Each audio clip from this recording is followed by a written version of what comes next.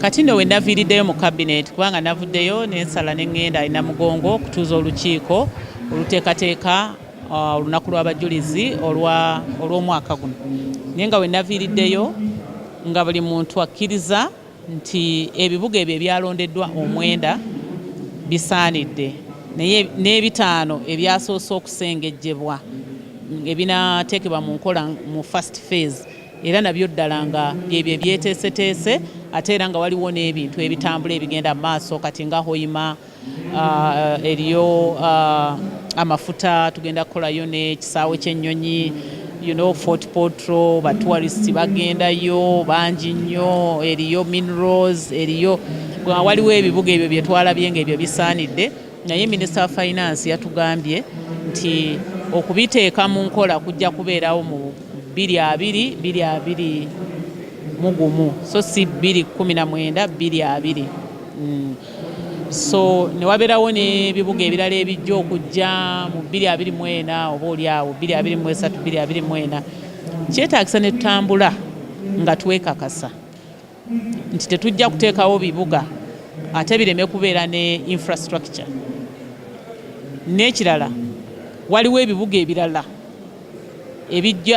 ebyatemeddwamu kati nga Moroto municipality Moroto city eyo ne tugamba nti nebeera ya mining Nakasongola eyo industrial ne waliwo ebifo ebirala ebyateekeddwa mu phase endala Ntebe awali State House Ntebe awali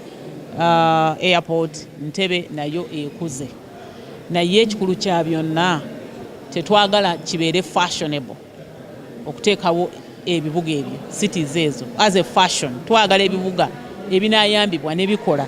ebinayambibwa okulwanyisa slums kubanga ekibuga kirina kubanga kiteekeddwa naye wabaddewo pressure eva Arua City era ndowooza Arua City eri number 1 kakati ekisooka ekibuga ky'Embarara abantu b'ekiina beemalira okuba nti efuuka site bw'olaba bye tulina ekisaawe ky'ennyonyi kiri awo ku mayiro 7 omuntu agala kugenda n'ennyonyi Embarara oba okuvayo n'ennyonyi kyangu nnyo. Mbarara eri kumpi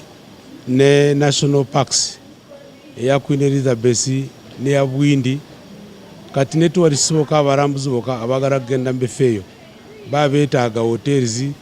babeetaaga services ekumpi ate Mbarara esobola okuzubawa. Mbarara ettaka lye baagala ery'ekibuga okuva ne Kanyarweru wano ng'ovudde mu Mburo National Park eyo yonna Mbarara Municipal Council rather Mbarara Municipality kati bw'olaba bugazi bwa municipality bw'olaba population erimu bw'olaba ebintu ebirimu bw'olaba hoteli ezebazimba bw'olaba enguuto eziriyo waliyo n'olwa Northern Bypass amasanyalazi amazzi so in terms of infrastructure ebyetaagisa nti ekifo kirina okuba ebintu bwe bito okufuuka site Mbarara byonna ekola ki ebiina kitukolera bulungi nnyo kubanga ekibuga ekyo mu bibuga ebipulaning obulungi Jinja mweri kati baba bakwasa obuvunaanyizibwa bwa site ekitegezezza nti nno babawadde omukisa ekibuga okweyongerayo kuba twatesezza nti Budondo sub county Bugembe town council Mafubira sub county zonna zifuse division ya city council ey'Ejjinja ekitegeeza town ebadde eri suffocated naye kati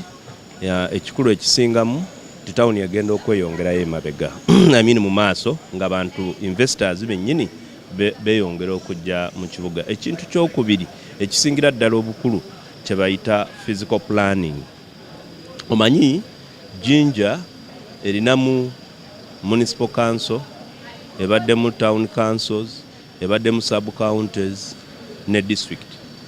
Buli district erina planner buli municipal council erina plana, Bugembe town council ebadde ne plana. Kati n'ogenda okwesanga nti ekibuga ky'Ejjinja tosobola kyawulawo ne Bugembe ne Mafubira. Naye kati town plana we Bugembe town council aplaninga bibye. Municipal plana wa municipal council y'Ejjinja aplaninga dderi. District plana aplaninga dderi. So omuzungu akiyita uncoordinated planning. Naye kati bwe tubawadde city bagenda kubeera